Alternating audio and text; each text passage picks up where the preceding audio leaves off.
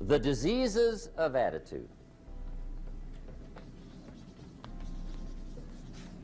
It's never that pleasant to talk about the negative, but we got to talk about it because life is part negative.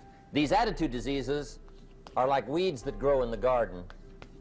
It's a normal part of life. Here's a good phrase to note. Negative is normal. It's not successful, but it's normal. It's part of life. And here's the next key, in my opinion. You must learn to handle the negative. Don't ignore it. Handle it. Now, I know some people teach the other way. And listen to them, and listen to me, and then make up your own mind. Right? Don't be a follower. Be a student. But I say you got to handle the negative.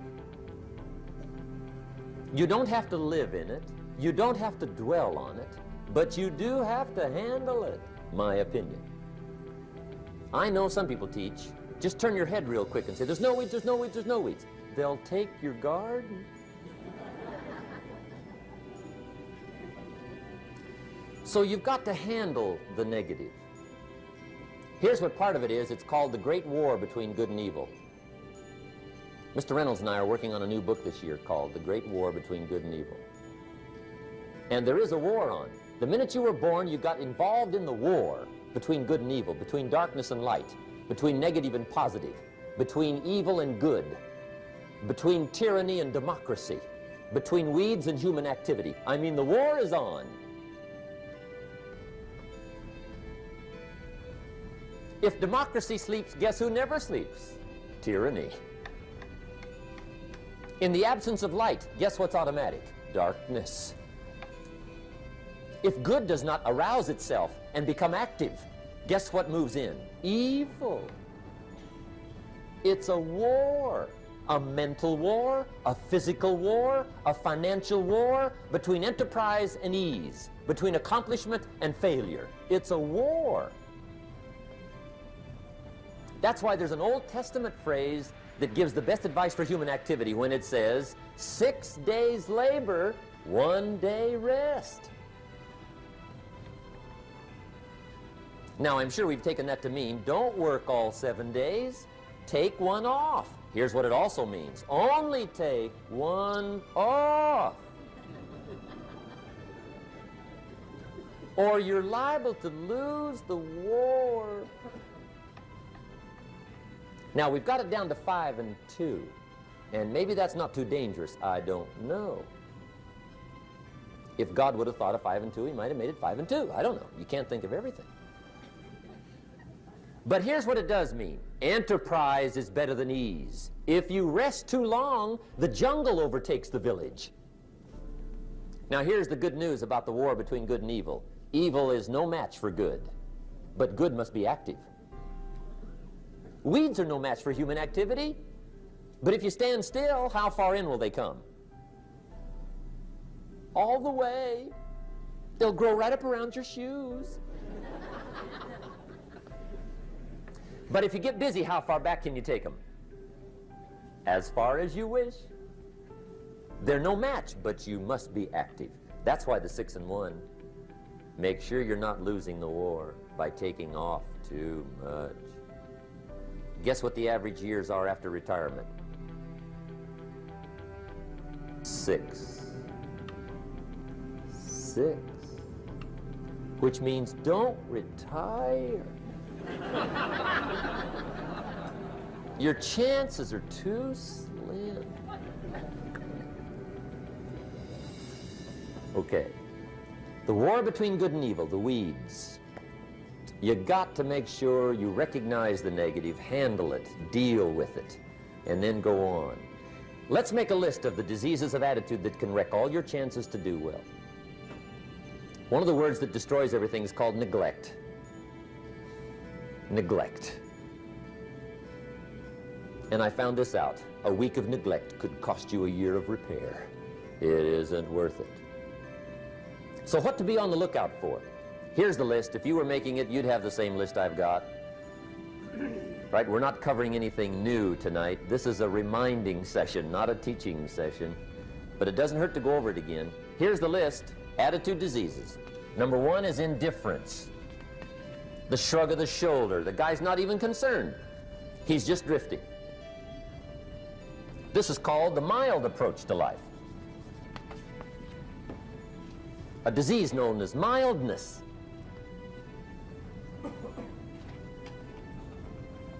The guy says, well, I can't see getting all that worked up.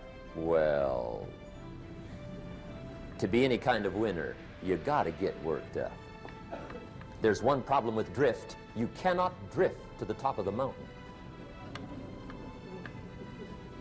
And the good Lord said in the closing chapters of the Bible, here's the best way to live, one way or the other. That's best.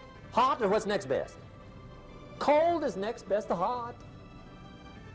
Not the half-baked middle, lukewarm, not too hot, not too cold. What a sad way to live. I think what it means is pick a direction and go with everything you got. Just pick one and go.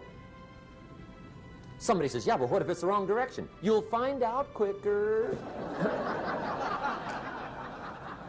It won't take you 25 years to wake up and say, oh no, I've been walking the wrong road. I told my staff the other day, next best to prosperity is adversity. If one doesn't get you, pray for the other.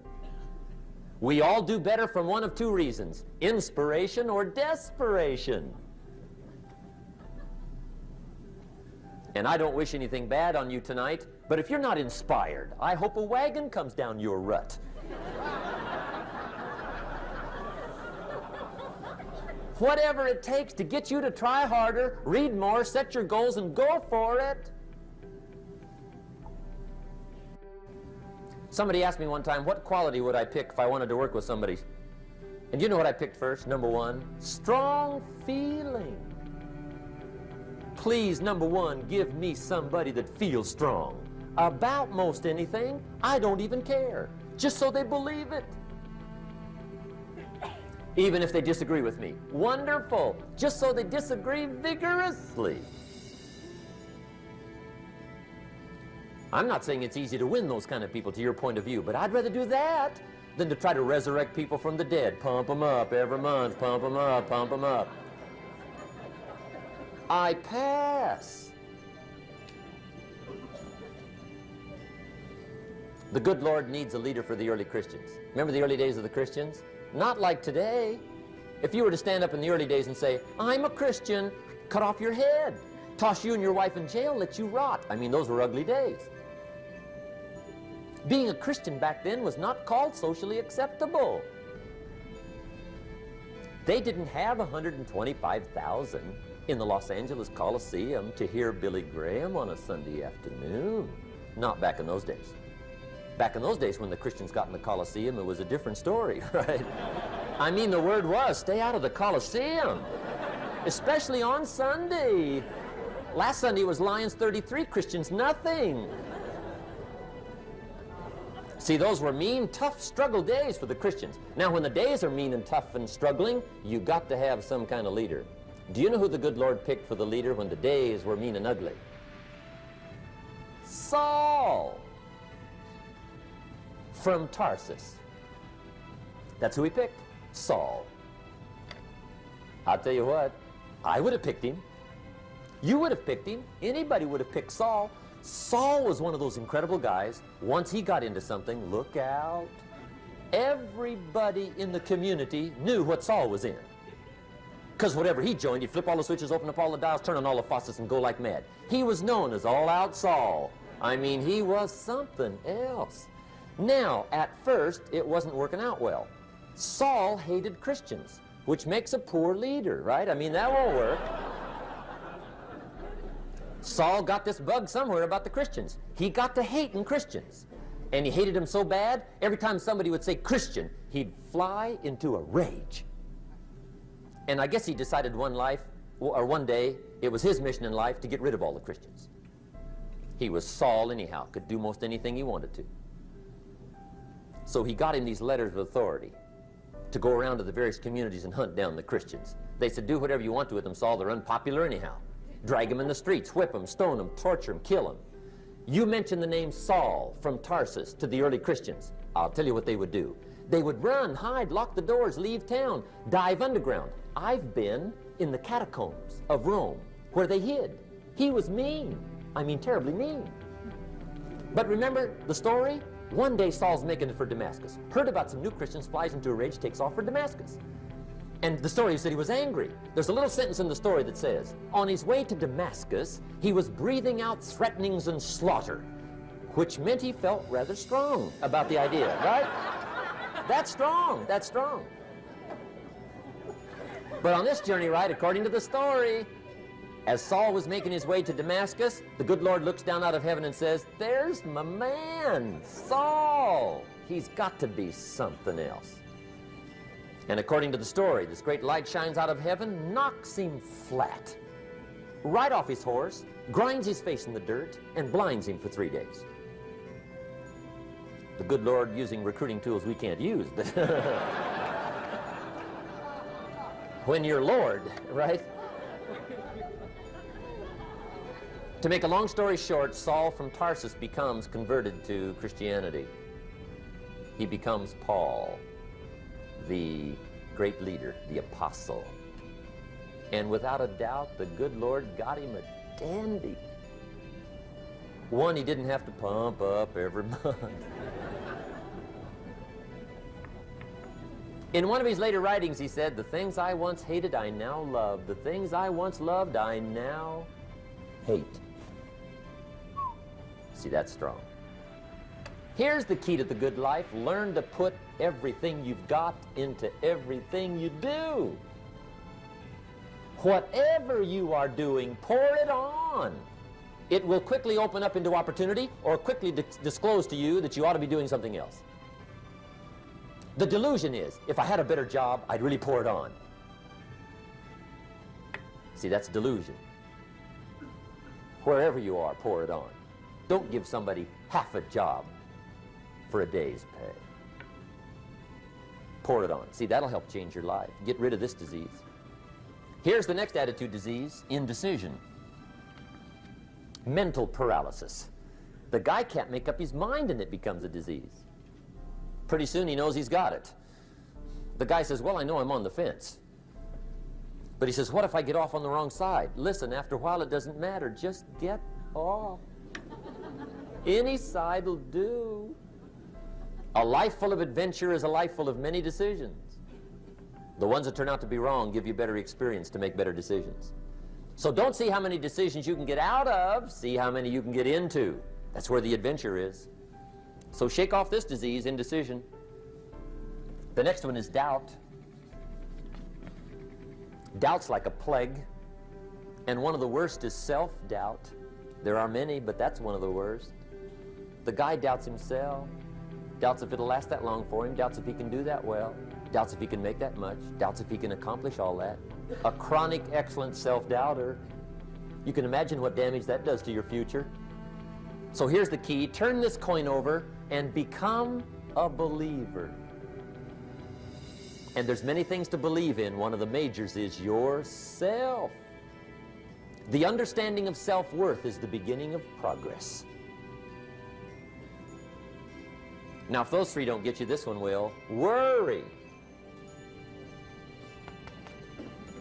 That's a devastating disease. Worry. Worry causes health problems, social problems, personal problems, family problems. It's devastating. Worry long enough, it'll drop you to your knees. Could reduce you to begging. I know how bad this one is. I used to have it bad. I used to be known as a super worrier. Not a super warrior. No, super worrier. My family wished I'd have been a warrior. I got those years to make up for. But I'll tell you what. My advice to you is do what I finally did on worry. Give it up. Who needs it? I'm not saying it's easy. I'm saying it's worth it. It took me almost 1 year to kick the worry habit, and it was not an easy year. It was one of the toughest years I ever spent, but I finally got that monkey off my back. And I discovered you could live the most incredible life free of worry. Not free of challenge, not free of difficulty, free of worry. I learned how to do it, and you can. Here's the next attitude disease. Over caution. Some people never will have much. They're too cautious. Now, you can also be too reckless, but you can also be too cautious. This is called the timid approach to life. And my caution was always the risk. Risk used to drive me right up the wall. I used to say, what if this happens? It's called the language of the poor. What if this happens? And on top of that, if this was to happen, look at the fix I'd be in. I'd better not try. I could always ace myself out.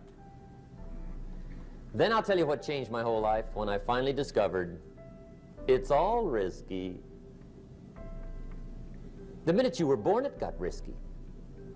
If you think trying is risky, wait till they hand you the bill for not trying. If you think investing is risky, wait till you get the tab for not investing. See, it's all risky. Getting married is risky. Having children is risky. Going into business is risky. Investing your money is risky. It's all risky. I'll tell you how risky life is. You're not going to get out alive. That's risky. The Englishman says, well, if that's the way it's going to work out, let's give it a go. Right, that's what it's for. Give it a go. Somebody says, yeah, but I'm looking for safety and security. Fine, then huddle in a corner. We'll cover you with a sheet, bring you 3 meals a day. And we'll protect you, feed you, look after you, care for you. We won't let anything happen to you, and you'll probably live to be 100. The guy said, well, yeah, I'd live to be 100. But what a way to live. Right. What a way to live, safe and secure. Don't ask for security. Ask for adventure. Better to live 30 years full of adventure than 100 years safe in the corner. And see, it's not important how long you live. What's important is how you live. Here's the next attitude disease. We're almost through with this motley list. In fact, we're almost through. Hang on. The next one is pessimism. Pessimism, the deadly disease of always looking on the bad side, the problem side, the difficult side, checking all the reasons why it can't be done. The poor pessimist leads an ugly life. He doesn't try to figure out what's right. He tries to figure out what's wrong. He doesn't look for virtue. He looks for faults. And when he finds them, he's delighted. How ugly. This is the poor guy who looks through the window, doesn't see the sunset. He sees the specks on the window.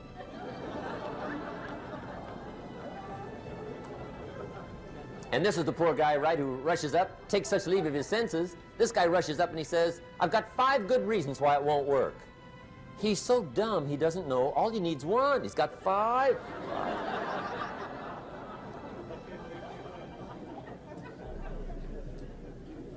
To the pessimist, the glass is always half empty. To the optimist, the glass is half full. Why would the same measure affect people 2 different ways? Answer, it all depends on how you look at it. Our lives are mostly affected by the way we think things are, not the way they are. The way we think they are affects us most. There's a subject we don't have time to get into tonight called better thinking habits.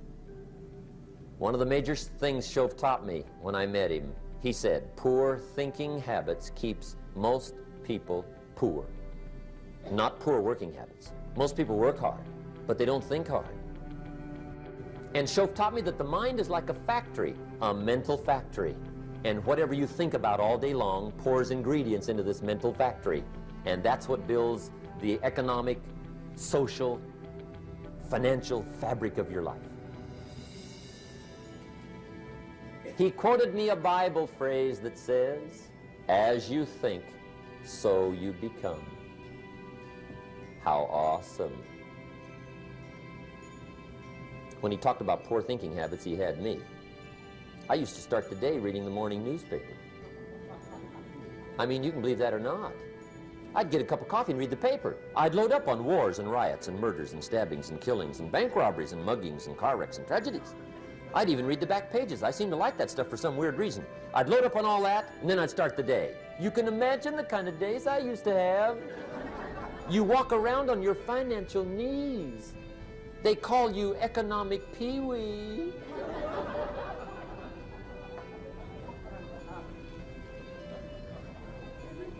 The guy says, I want to be a great leader. Wonderful. The first thing we do is follow him to his house. When we get there, we walk in and check his library, number one. Somebody says, well, why check his library? The reason is because what a man reads pours massive ingredients into his mental factory, and the fabric of his life is built from those ingredients. You would not believe what some people have got in their house to read. You would not believe. One of the best dressed up words I know for a lot of it is trash. Can you imagine dumping a barrel of trash into this mental factory every day and coming out with a rich, dynamic, positive life? It can't be done. You might as well try making a cake with cement. The kids back in Danbury, Connecticut, high school, they're asking me questions one day. I'm talking to the kids. Kids got good questions these days. One of them said to me, Mr. Rohn, how do you build the good life? I said, it's simple. It's not easy, but it's simple. Here's how you build anything. Select the right ingredients, keep out the wrong ingredients, and it starts with thought. Everything starts with thought. So you must be wise and careful what you think about, because that starts everything. You got to be wise and careful. I asked the kids, what would happen if somebody dropped sugar in my coffee? They said, well, you'd be okay. I said, what if somebody dropped strychnine in my coffee? They said, well, you'd be dead. I said, correct. Lesson one, life is both sugar and strychnine. You gotta be careful. I said, what if my worst enemy drops in the sugar? They said, will you be okay? I said, what if my best friend, even by accident, drops in the strychnine? They said, well, you'd be dead. I said, correct. Lesson two, watch your coffee.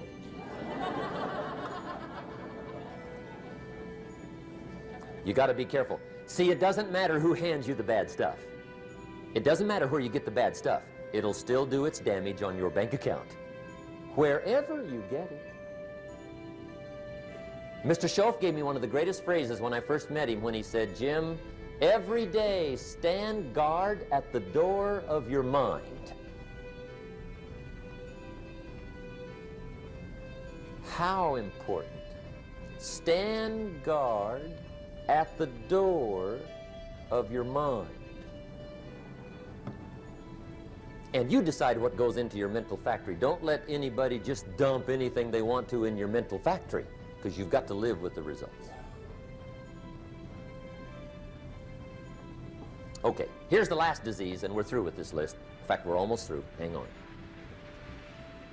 The last subject is very brief. The last disease, but this one is deadly. Engage in this one, indulge in it even slightly, and you might as well forget the future, because it's going to forget you. Complaining, crying, whining, griping, a Bible word called murmuring. See, that'll ace your future. Spend 5 minutes complaining, and you have wasted 5. And you may have begun what's known as economic cancer of the bone. Surely they will soon haul you off into a financial desert and there let you choke on the dust of your own regret. I hope I said that well, so you won't forget. It's a deadly disease. If you don't think it's bad, ask the children of Israel of Old Testament fame. Typical of us all, their story just happened to get in the book. Story says, children of Israel were slaves. God performed a series of dazzling miracles and got them out. And now they're heading for the promised land. Remember the story? Heading for the promised land. Tragedy of the story, they never got there. Reason: from day one, they started to complain. They griped about the water. They griped about the weather. They whined and cried and griped about the food. They griped about the leadership. They whined and cried because it was too far, too cold, too hot, too difficult, too miserable. I mean, they whined and cried for years. Finally, God said, "I've had it, trip canceled." Or something like that. The story says they died in the desert, never got to the promised land. Which I think means two things. Indulge in this long enough, you get your future cast. And I guess it also means even God himself can only take so much.